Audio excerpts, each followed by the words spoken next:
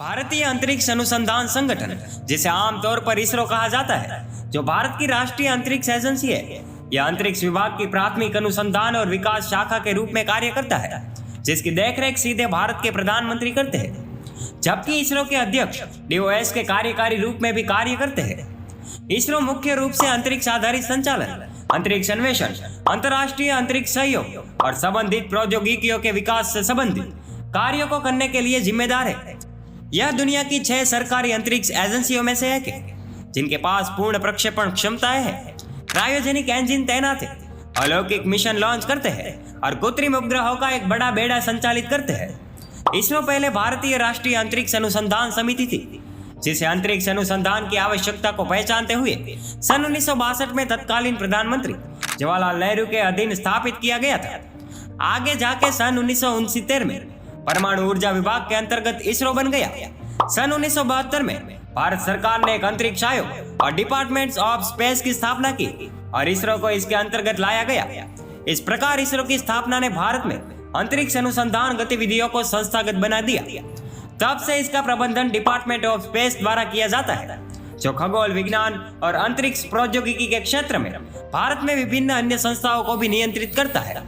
दोस्तों, अब हम बात करते हैं इसरो के अद्भुत मिशन के बारे में। इसरो ने भारत का सबसे पहला उपग्रह आर्यभट्ट बनाया, जिसका वजन 360 किलोग्राम था, जिसे 19 अप्रैल 1975 में सोवियत यूनियन की अंतरिक्ष एजेंसी कॉस्मोस द्वारा वोल्गोग्राड लॉन्च स्टेशन से लॉन्च किया गया था।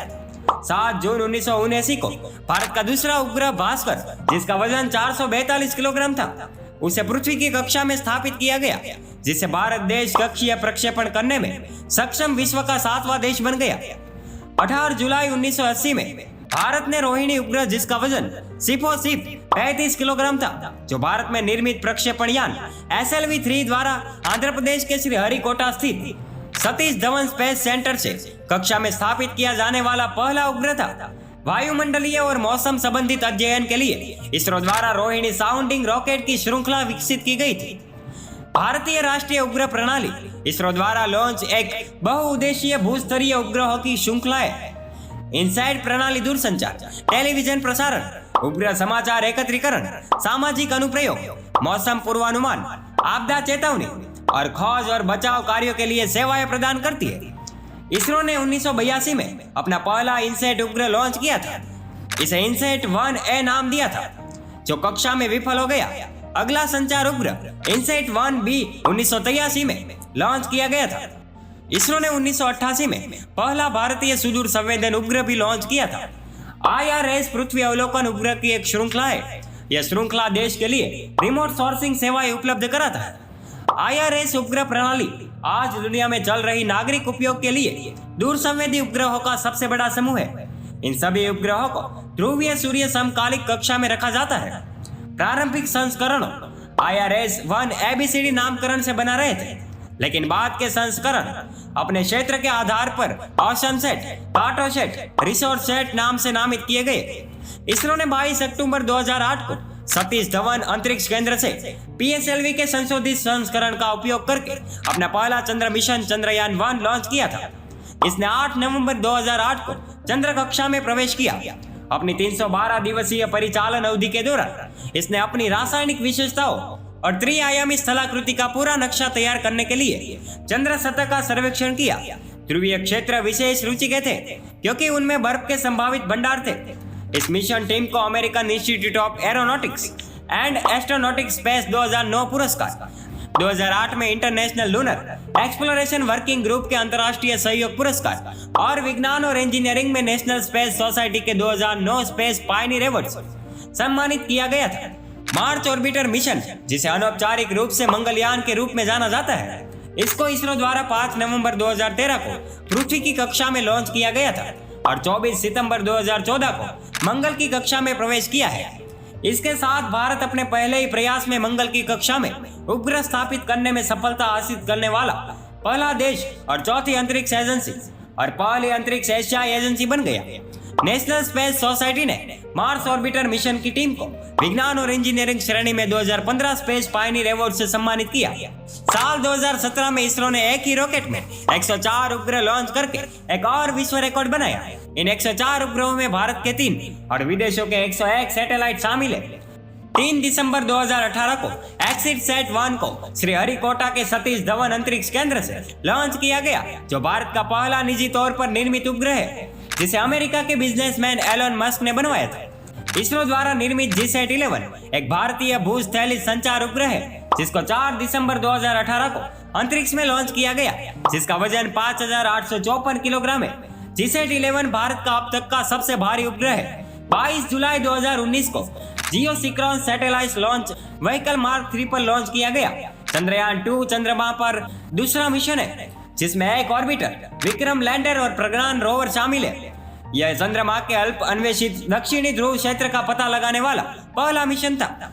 चंद्रयान 2 मिशन का उद्देश्य चंद्रमा की सतह पर विभिन्न अध्ययन करने के लिए एक रोबोटिक्स रोवर का उतारना था। विक्रम लैंडर प्रज्ञान रोवर को लेकर 7 सितंबर 2019 को दक्षिण ध्रुवीय क्षेत्र में चंद्रमा के निकट की ओर उतरने वाला था।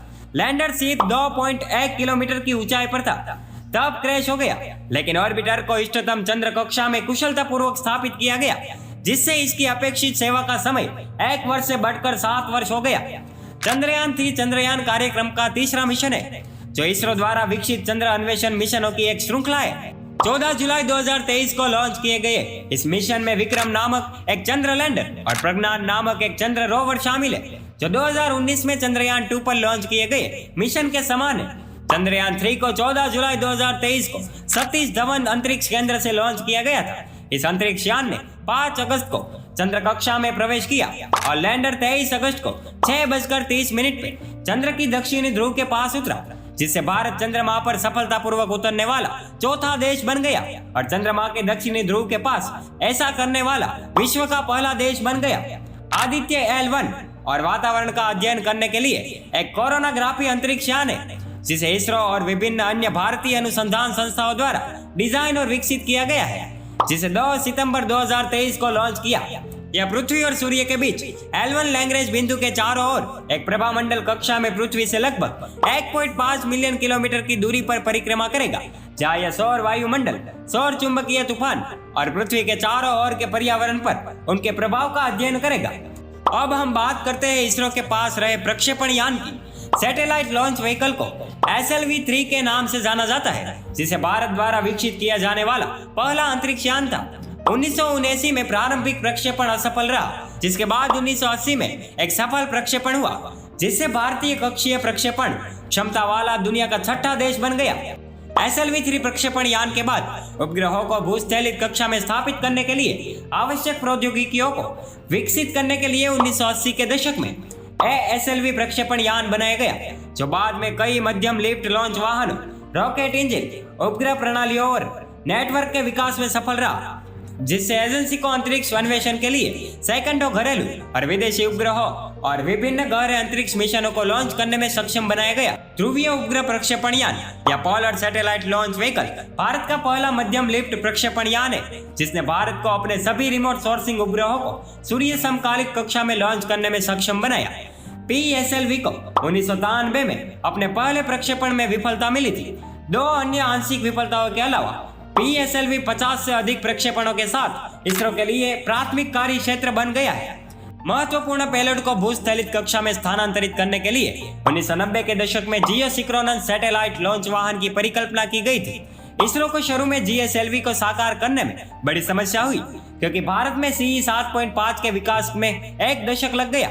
अमेरिका ने भारत को रूस से क्रायोजेनिक तकनीक प्राप्त करने से रोक दिया था, जिसके कारण भारत को अपना क्रायोजेनिक इंजन विकसित करना पड़ा।